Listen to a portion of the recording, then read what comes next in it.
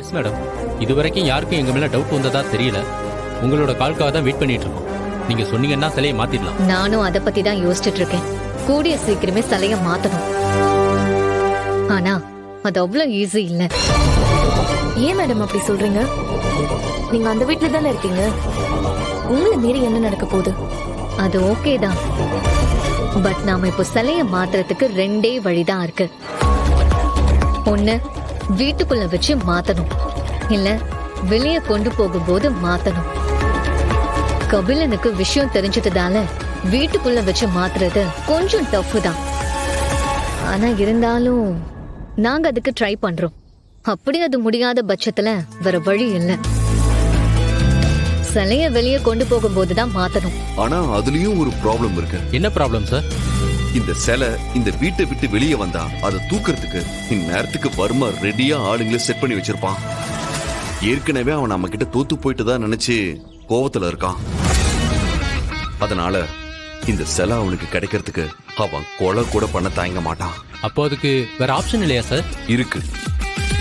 இந்த சிலையை வெளியே கொண்டு போறது ஒண்ணு கபிலனா இருக்கணும், இல்ல எங்க அக்கா இந்திராணியா இருக்கணும்.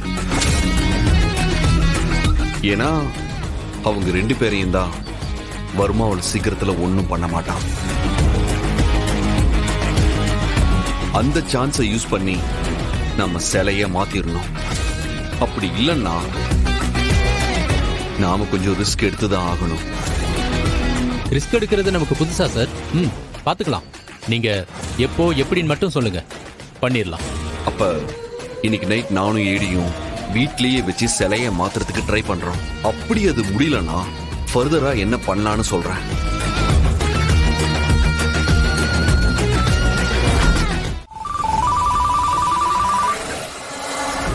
ஹலோ, என்ன ரித்திகா, அங்க என்ன போயிட்டு இருக்கு?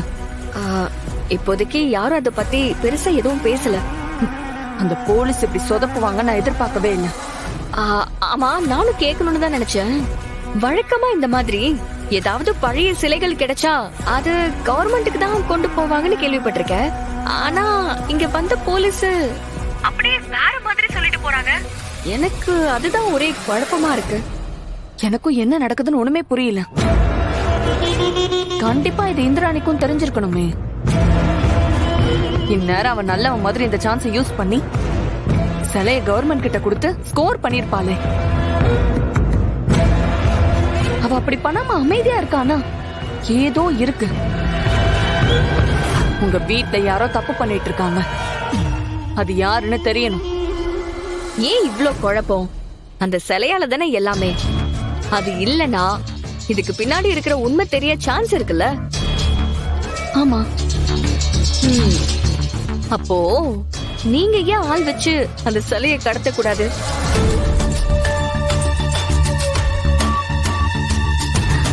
ரித்திகா, சூப்பர் ஐடியா சொன்ன. எனக்கு இது தோணல பாரு.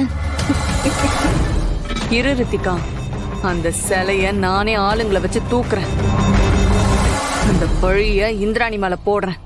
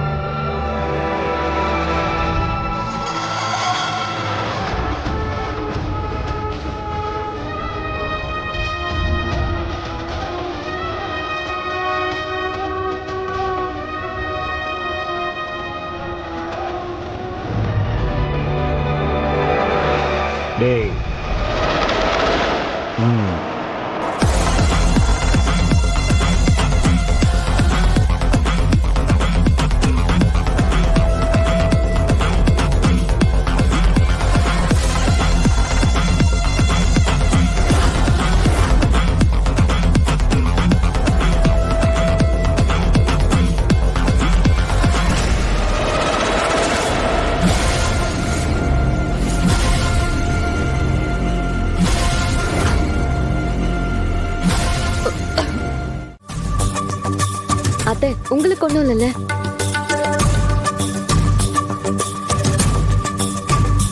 ஐலி, இங்க சாமி கும்பிடவங்க வந்தவங்க எல்லாம் எங்க போனாங்க? அவங்க இப்பதான் அண்ணி போனாங்க. பாவம், நீங்க மயங்கி கிடந்ததை பார்த்து ரொம்பவே பயந்துட்டாங்க.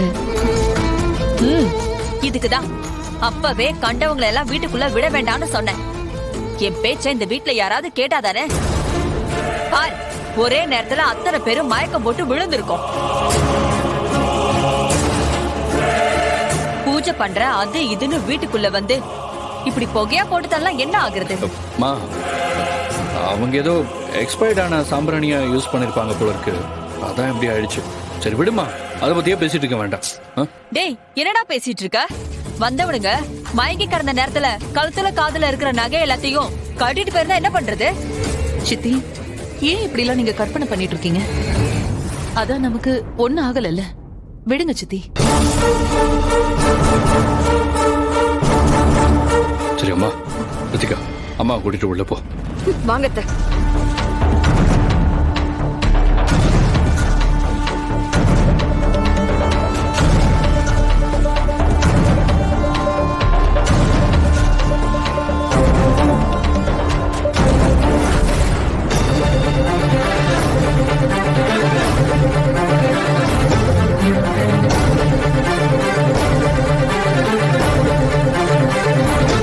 சரி, நான் ரூம் போறேன்.